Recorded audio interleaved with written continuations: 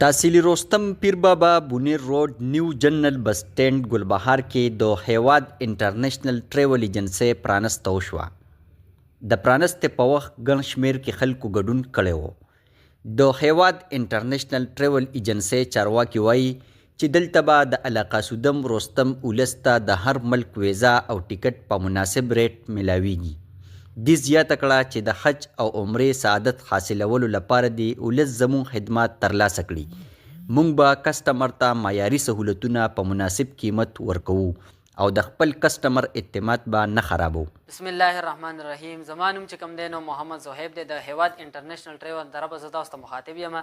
زما تعلق چې کوم دی نو د غلاما کلي سره دی. څنګه مونږ نن چې کوم دی نو د بونیر روډ ګلبهار کې چې کوم دی نو مونږ د انټرنیشنل هیواد انټرنیشنل ټریول چې کوم دی مونږ نن اوپننګ وکړو چې په دې کې مونږ سره د ګڼو کسانو مونږ سره شرکت وکړو.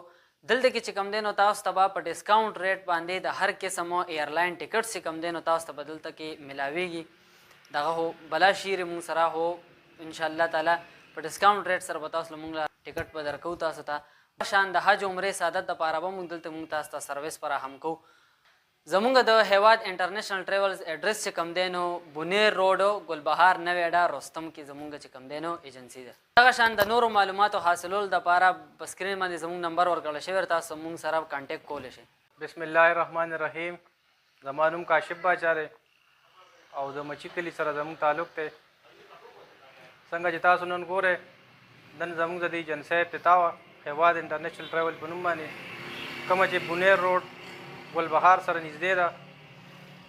موږ سره به دلته کې د حج عمره او دې نه علاوه د هر ایرلاین ټیکټس او د دې نه علاوه چې هم چاته د ټریول ریلیټډ څه قسم له ضروریات یې هغه وخت رابطه کولی شي.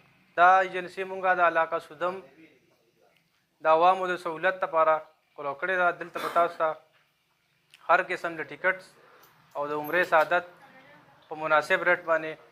که څوک هم نور معلومات ترلاسه کول غواړئ نو د آفیس ویزټ وکړئ یا په سکرین ورکړل شوي نمبر رابطه کولی شئ.